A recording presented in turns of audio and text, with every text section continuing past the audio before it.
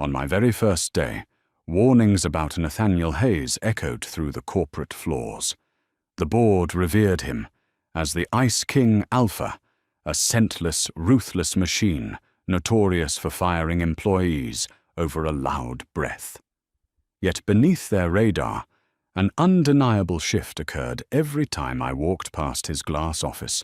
The frost didn't just crack, it melted completely.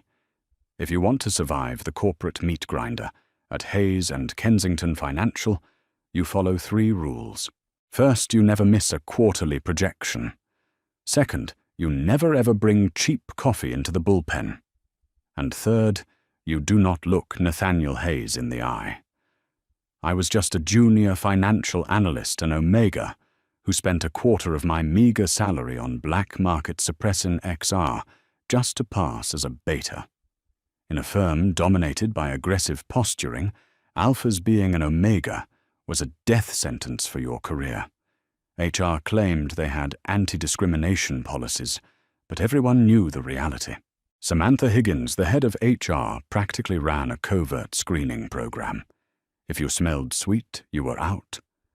So I took my pills, smothered myself in unscented lotion, and kept my head down. My name is Micah Reed, and for my first 8 months at the firm, I was entirely invisible. Then came the day Bradley Jenkins got fired. Bradley was a senior VP, a massive, broad-shouldered alpha whose pheromones always smelled obnoxiously of burnt hickory and stale cigars. He was practically corporate royalty until he made a $2 million rounding error on the Peterson account. The entire 40th floor watched in dead silence as Nathaniel Hayes walked out of his corner office. Nathaniel was terrifying. He was 32, built like a tailored weapon in a Tom Ford suit, and utterly, completely scentless. Most alphas leaked a little authority, a little dominance. Nathaniel leaked nothing. He was a black hole. They called him the Ice King because his expression never shifted from a mask of absolute, freezing indifference. I watched from my cubicle as Nathaniel handed Bradley a cardboard box. He didn't yell. He didn't flex his alpha aura. He just spoke in a voice so cold it made the hair on my arms stand up, telling Bradley he had 5 minutes to vacate the premises. I was terrified of Nathaniel. We all were. His office was a fortress of soundproof, scent-proof glass right in the center of the executive floor. To get to the primary copy room, I had to walk past that glass wall at least 4 times a day. It started on a random Tuesday in November. I had missed my morning dose of suppressin XR. It wasn't a huge deal. The half-life of the drug meant I usually had a 24-hour buffer before my natural scent of vanilla and rain started to break through. I felt fine. I grabbed a stack of risk assessment files and took my usual route past the glass office. Out of the corner of my eye, I saw Nathaniel sitting at his desk perfectly still, reading a contract. But as I passed the exact center of the glass pane, his head snapped up. I froze, heart pounding against my ribs. Had I done something wrong? Was my tie crooked? I kept walking, speeding up my pace. When I glanced back, he was still staring at me. Not glaring. Staring. The expensive Mont Blanc pen he had been holding was snapped clean in half, black ink pooling on his pristine mahogany desk. His chest was heaving just slightly under his tailored waistcoat. I bolted into the copy room and practically hyperventilated. "You look like you just saw a ghost," my best friend and co-worker Declan O'Connor said from the collating machine. Declan was a beta, completely oblivious to the pheromone warfare of the office. "Hayes just looked at me," I whispered, clutching the files to my chest. "He broke his pen, Declan. He just snapped it in half." Declan rolled his eyes. He probably just saw the third quarter numbers from the marketing team. "Don't flatter yourself, Micah. You're a junior analyst. To the Ice King, you're just a number on a spreadsheet." I wanted to believe him. I really did. But the next day, I made sure to take my suppressants exactly on time. I walked past the office again. This time, Nathaniel was in the middle of a meeting with 3 executives. As I passed, he stopped mid-sentence. His jaw clenched so hard I thought his teeth would shatter. His eyes, a piercing, stormy grey, tracked me through the glass. The executives turned around, confused, trying to see what had distracted the most focused man in Wall Street. It wasn't a fluke. It was a pattern. Every time I walked past, the Ice King lost his composure. If he was typing, his hands would stop. If he was drinking coffee, he would slowly lower the mug, his knuckles turning white. It wasn't the aggressive, predatory stare of an alpha sizing up prey. It was something entirely different. It was a look of pure, unadulterated desperation. It was as if the glass wall was a physical cage, and I was the only key.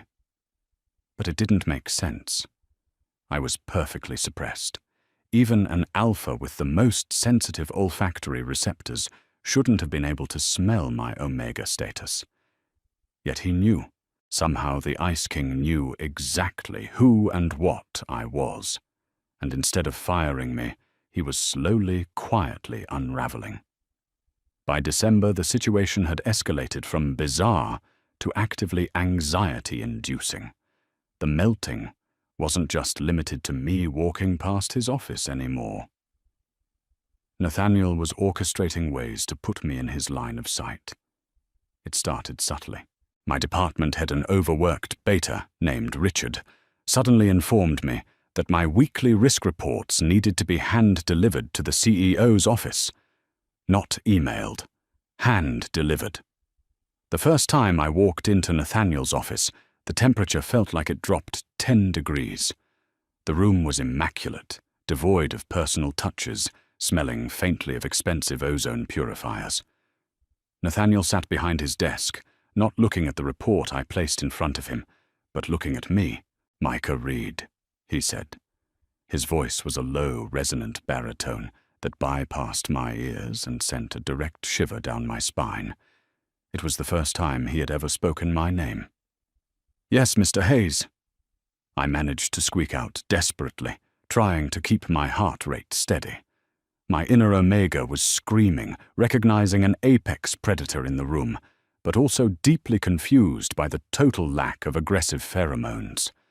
"Your analysis on the Croft merger is thorough," he murmured, his eyes tracking a bead of nervous sweat sliding down my neck. He leaned forward just a fraction. "Do you find yourself comfortable here at the firm, Mr. Reed?" "Very comfortable, sir," I lied.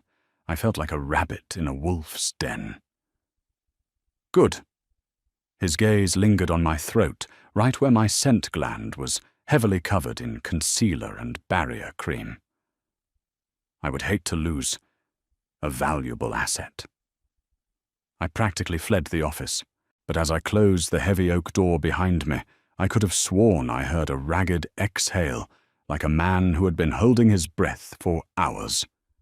The real problem wasn't just Nathaniel, it was Preston Croft. Preston was the VP of Acquisitions, an arrogant, blue-blooded alpha who believed he was destined for the CEO chair. He had the kind of suffocating, musky pine scent that gave me instant migraines. Preston hated Nathaniel's clinical efficiency, but more than that, Preston was highly observant. He noticed the shift in the office ecosystem. He noticed that the Ice King, who usually terrorized the bullpen, had suddenly stopped barking orders on the 40th floor. Instead, Nathaniel was constantly standing by his glass wall, hands in his pockets, watching the junior analysts bay. Watching me. One Friday evening, the bullpen had mostly cleared out. I was staying late to finish a forensic audit, rubbing my temples as a headache brewed. My suppressants were wearing off, and the artificial lights were giving me a migraine. Working hard or hardly working, Reed? I jumped. Preston Croft was leaning against my cubicle wall, a sickening smirk on his face. His alpha scent spiked, a deliberate, aggressive challenge meant to cow subordinates. I suppressed a shudder, forcing my posture straight.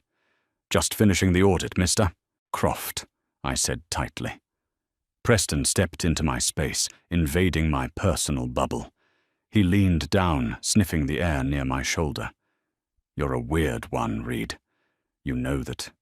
You act like a beta, but you flinch like an omega." Panic seized my chest. "I don't know what you're talking about." "Don't play dumb!" Preston sneered, his voice dropping to a low, threatening register. "I've seen the way Hayes looks at you. He looks at you like he wants to eat you alive. It's pathetic, really." The great Ice King distracted by a junior pencil pusher. "I don't know what kind of game you're playing, but I'm going to figure out your little secret. And when I do, I'll have HR escort you out of the building." He reached out his fingers, brushing against my collar, dangerously close to my scent gland. Before he could make contact, a voice cracked through the empty bullpen like a physical whip. "Step away from him, Preston." We both snapped our heads around. Nathaniel Hayes was standing at the end of the aisle. The Ice King persona was entirely gone. His posture was rigid, his hands clenched into fists so tight his knuckles were white. But the most shocking thing was the air in the room. The scentless void was gone. A sudden overwhelming wave of pheromones crashed through the office. It was the scent of dark rain petrichor and freezing cedar. It was suffocatingly powerful, an enigma-level alpha presence that instantly forced Preston to his knees, gasping for air. I stood frozen in shock. My knees were trembling, but not from fear. The scent wasn't aggressive toward me. It was a pure, unadulterated shield. It wrapped around me like a heavy, warm blanket, blocking out Preston's disgusting pine scent completely. Nathaniel didn't walk. He stalked toward us. His eyes, usually a cool grey, were blown wide, completely black with dilated pupils. He stopped right in front of Preston, who was now sweating profusely, trying to fight the biological submission, forcing him down. "If you ever," Nathaniel growled, his voice, a guttural, inhuman sound that made my omega instincts sing, "breathe in his direction. Again, I won't just fire you. I will ruin you. Do you understand?" Preston managed a pathetic nod, scrambling to his feet and bolting for the elevators without looking back. Silence fell over the bullpen. The heavy scent of cedar and rain lingered thick and intoxicating. I was shaking, the adrenaline crash hitting me all at once. The stress, the fear, and the sudden exposure to such a potent alpha aura caused a catastrophic biological failure. My suppressin XR broke completely. In a matter of seconds, the scent of vanilla and rain flooded my side of the cubicle, mixing instantly with Nathaniel's cedar. It was sweet, heavy, and undeniably omega. My secret was out. The CEO knew. I was going to be fired. I was going to lose everything. I looked up at Nathaniel, tears pricking my eyes, waiting for the cold, calculated dismissal. But Nathaniel didn't look angry. The black in his eyes receded, slightly replaced by an expression of profound, devastating relief. He took a hesitant step toward me, raising a shaking hand. The man who never showed emotion, the man who terrified the entire financial district, looked like he was about to cry. "I thought," Nathaniel whispered, his voice cracking, "I thought I was losing my mind. You've been suppressing it. For months." I had to. I stammered, backing up until my waist hit my desk. "Company policy. Please, Mr. Hayes, I need this job." "Damn the policy." He breathed out, closing the distance between us. He didn't touch me, but he hovered just inches away, burying his face near my neck, inhaling deeply without making physical contact. A low, rumbling purr vibrated in his chest, a sound I never imagined the Ice King could make. Do you have any idea what it's done to me, smelling the edges of my fated mate every single day and not being able to reach him? My heart stopped. Fated mate. Fated mate. The words hung in the air heavier than the suffocating scent of cedar and rain. In the cutthroat reality of modern finance, fated mates were considered a myth, a romanticized biological glitch from the dark ages that scientists insisted had been bred out of modern alphas and omegas. That's impossible, I whispered, my legs finally giving out. Nathaniel caught me before I hit the carpet. His grip was impossibly strong, yet profoundly gentle. For the first time, I felt the radiating heat of his body. The Ice King was burning up. It's not impossible, Nathaniel murmured, his voice strained as he fought his own instincts to bite and claim me right there in the bullpen. The first day, you walked past my office. My entire autonomic nervous system shut down. I couldn't smell you, but my subconscious knew. My wolf knew. I've spent the last 8 months living in pure agony, Micah. I walled myself off in that glass cage, because if I stepped out, if I got close to you, I knew I wouldn't be able to control myself. He scooped me into his arms like I weighed nothing. We are leaving. Now. He bypassed the elevators and took the private executive stairwell down to the private garage. I was too overwhelmed by the suppressant withdrawal to protest. He drove us to his penthouse in a sleek, tinted Maybach. Once inside the sprawling minimalist apartment, he didn't try to touch me again. Instead, he wrapped me in a heavy cashmere blanket that smelled entirely of his comforting cedar scent, gave me a glass of water, and sat in an armchair across the room, white-knuckling the armrests.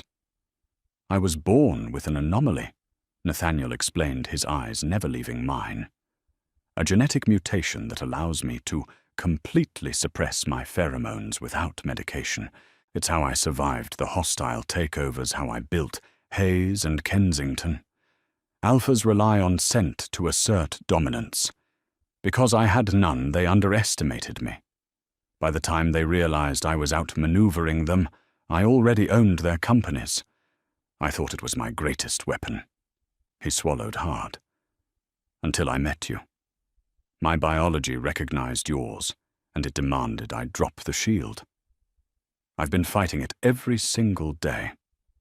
That's why I looked like I was losing my mind. I pulled the blanket tighter around myself. Preston knows. He's going to tell HR Nathaniel. Samantha Higgins will fire me before 9 a.m. There's a morality clause in my contract. Omegas aren't allowed on the executive floor because we're deemed a biological liability. Nathaniel's expression hardened the Ice King persona, snapping back into place, but this time it wasn't directed at me. Let them try. You are under my protection now. But we had profoundly underestimated Preston Croft's malice. The next morning, Nathaniel insisted we go into the office together. I was terrified. I had no suppressants in my system. My natural scent of vanilla and rain was palpable. As we stepped out of the private elevator onto the 40th floor, the silence in the bullpen was deafening. Every beta and alpha froze, their eyes locked on me, their noses twitching as they picked up the sweet, undeniable scent of an omega. Before Nathaniel could usher me into his office, a wall of security guards stepped into our path, led by Samantha Higgins, the head of HR, and Arthur Pendleton, the chairman of the board. Preston Croft stood behind them, a sickening, triumphant smirk plastered across his face. Nathaniel Hayes, Arthur Pendleton said, his voice booming with authority. You are hereby temporarily suspended from your duties as CEO pending a full board investigation. Nathaniel didn't flinch. On what grounds, Arthur? Gross misconduct violation of the biological hazard policy and corporate espionage, Samantha Higgins said coldly. She pointed a manicured finger at me. Preston Croft submitted a formal complaint at 3 a.m. He provided security footage of you exhibiting violent, unprovoked alpha aggression toward him last night. Furthermore, he has provided evidence that you have been using this Omega to funnel confidential risk assessment data out of the firm to our competitors. My heart plummeted into my stomach. What a no! That's a lie! I shouted, stepping forward. I was doing a forensic audit. An audit you weren't cleared for, Mr. Reed, Preston sneered. I checked the logs. You bypassed the firewall to access the Vanguard acquisition files, and then conveniently, Mr. Hayes steps in to protect you when I catch you in the act. It's a classic honey trap. The Omega seduces the CEO, steals the data, and tanks the merger. It was a masterclass in corporate sabotage. Preston hadn't just outed me. He had weaponized my late-night work Nathaniel had assigned me to frame us both for SEC violations. He was trying to take Nathaniel's job and send me to federal prison in one sweeping move. Security, Samantha barked. Escort Mr. Reed out of the building. His employment is terminated immediately, and confiscate his personal devices. 2 massive alpha guards stepped forward, grabbing my arms roughly. I panicked, my scent spiking with sheer terror. A low, terrifying snarl ripped through the lobby. Nathaniel stepped forward, his eyes pitch black, the glass walls of the nearby conference room literally rattling from the force of his alpha command. "Take your hands off my mate." The guards hesitated, their knees buckling under the sheer weight of Nathaniel's pheromones. But I looked at Nathaniel and saw the trap closing. If he attacked them, if he lost control here in front of the chairman, Preston would win. Nathaniel would be arrested for assault, and the company would be handed to Preston on a silver platter. "Nathaniel, no!" I screamed, ripping my arm away from the guard and holding my hands up. "Don't, I'll go. I'll go peacefully." Nathaniel froze, his chest heaving. Our eyes met, and in that split second, a silent conversation passed between us. The Ice King needed to return. Emotion would lose this war. Strategy would win it. "Go home, Micah," Nathaniel said, his voice terrifyingly calm, the pheromone suddenly vanishing as he forcefully engaged his genetic anomaly. He looked at Arthur Pendleton. "Call an emergency board meeting for Friday at noon. If Preston wants a tribunal, he'll get one." I was shoved into the elevator. My badge confiscated my career in ruins. As the doors closed, the last thing I saw was Nathaniel Hayes, hands in his pockets, looking at Preston Croft with the cold, dead eyes of an apex predator about to spring. For 3 days, I sat in my cramped apartment, completely isolated. My phone had been confiscated, my corporate laptop wiped remotely. I watched the financial news networks, terrified of seeing my face plastered across the screen as the Omega who orchestrated the biggest corporate espionage scandal of the decade. On Thursday night, there was a knock at my door. I opened it cautiously to find Declan O'Connor standing there, looking over his shoulder nervously. He slipped inside and handed me a thick manila envelope. "Declan, what is this?" I asked, my hands shaking. "I don't know," Declan whispered. "Hayes cornered me in the parking garage. He told me to give this to you and to tell you to put on your best suit. You have a meeting tomorrow at noon." I tore open the envelope. Inside was a newly minted platinum keycard for Hayes and Kensington, a printed NDA, and a single handwritten note on Nathaniel's personal stationery. The ice is meant to preserve what matters until the fire is ready. "See you tomorrow, little wolf. Friday at noon." The atmosphere in the executive boardroom was toxic. All 12 members of the board were seated, exuding hostile, aggressive scents. Preston Croft was at the head of the table, next to Chairman Arthur Pendleton, looking like the cat who had swallowed the canary. When the mahogany doors swung open, the room fell silent. Nathaniel walked in first, wearing a bespoke charcoal suit, completely scentless, utterly composed. And right behind him, wearing a sharp navy suit and refusing to take a single suppressant, was me. My vanilla and rain scent filled the room, making several board members flinch in absolute shock. "What is the meaning of this?" Samantha Higgins shrieked, standing up. Security was specifically instructed to deny him entry. "Micah Reed is no longer an employee of this firm," Nathaniel said smoothly, taking his seat at the head of the table and gesturing for me to stand beside him. "He is, as of this morning, an independent SEC forensic consultant hired directly by my personal legal counsel." Preston laughed a harsh, grating sound. "You're playing semantics haze. It doesn't matter what title you give your little Omega pet. I have the firewall logs. He stole the Vanguard files. He committed corporate espionage under your nose." "Did he?" Nathaniel asked, tilting his head. He pressed a button on his tablet, and the massive screens around the boardroom flickered to life. "Let's talk about the Vanguard acquisition, Preston. A merger you championed. A merger you heavily incentivized the board to approve." Rows of data began scrolling across the screen. Bank routing numbers, offshore accounts in the Cayman Islands, and encrypted email logs.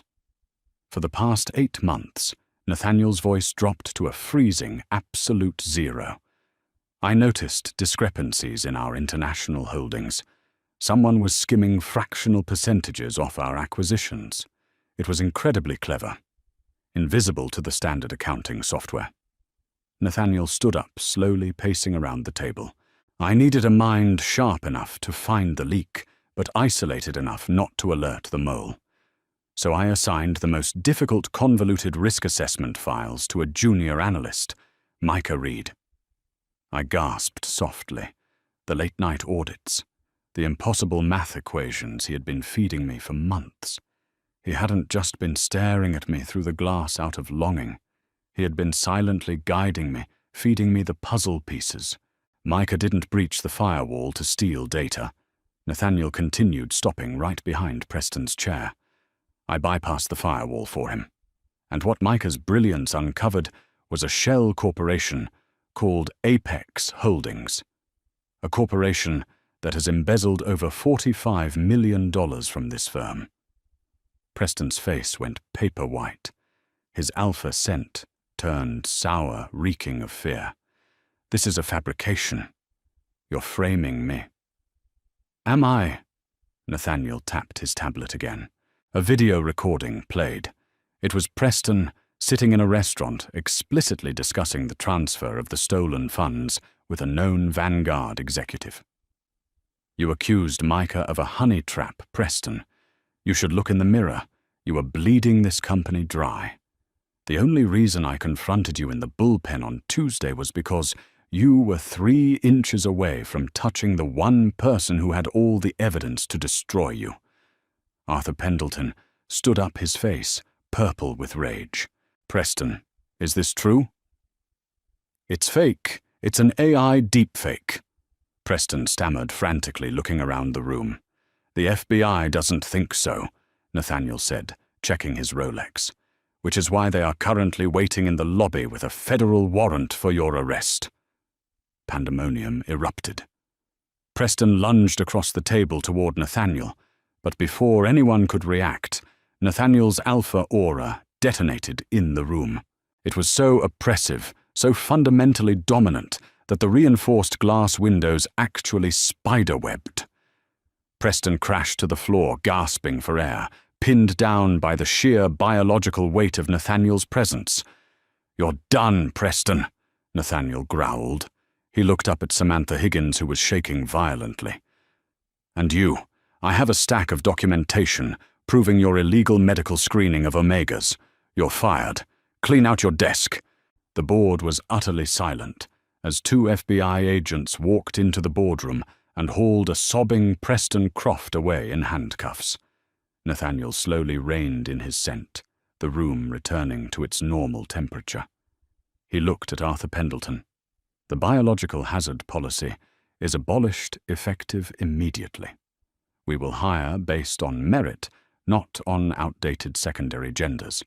If anyone on this board has a problem with that, I will gladly buy out your shares right now." No one spoke. The Ice King had executed a flawless, ruthless checkmate. 30 minutes later, the executive floor was quiet. I was standing in Nathaniel's office, the adrenaline slowly leaving my system, leaving me exhausted but exhilarated. Nathaniel closed the heavy oak door. For the first time, he reached over to the wall panel and pressed a button. The transparent soundproof glass that had separated us for 8 long months suddenly turned opaque frosting over entirely shielding us from the outside world. He turned to me, the coldness dropping from his face, replaced by a warmth that took my breath away. He closed the distance between us, his hands coming up to gently cup my face. His thumbs brushed over my cheekbones, his scent of cedar and rain wrapping around my vanilla like a perfectly locked puzzle. "You used me," I whispered, though there was no anger in my voice, only awe. "I trusted you," Nathaniel corrected softly, his forehead resting against mine. "I trusted your brilliant mind, Micah. But I swear on my life I will never put you in the line of fire again." "Good." I breathed my hands, sliding up the lapels of his suit, feeling the heavy, steady beating of his heart. "Because I'm not going back to the bullpen." Nathaniel smiled, a real, devastating, beautiful smile that melted the last of the Ice King away. "You're not going anywhere but right here, little wolf." He leaned down and kissed me, erasing the boundaries of the corporate world, leaving nothing but the undeniable, inescapable truth of what we were to each other.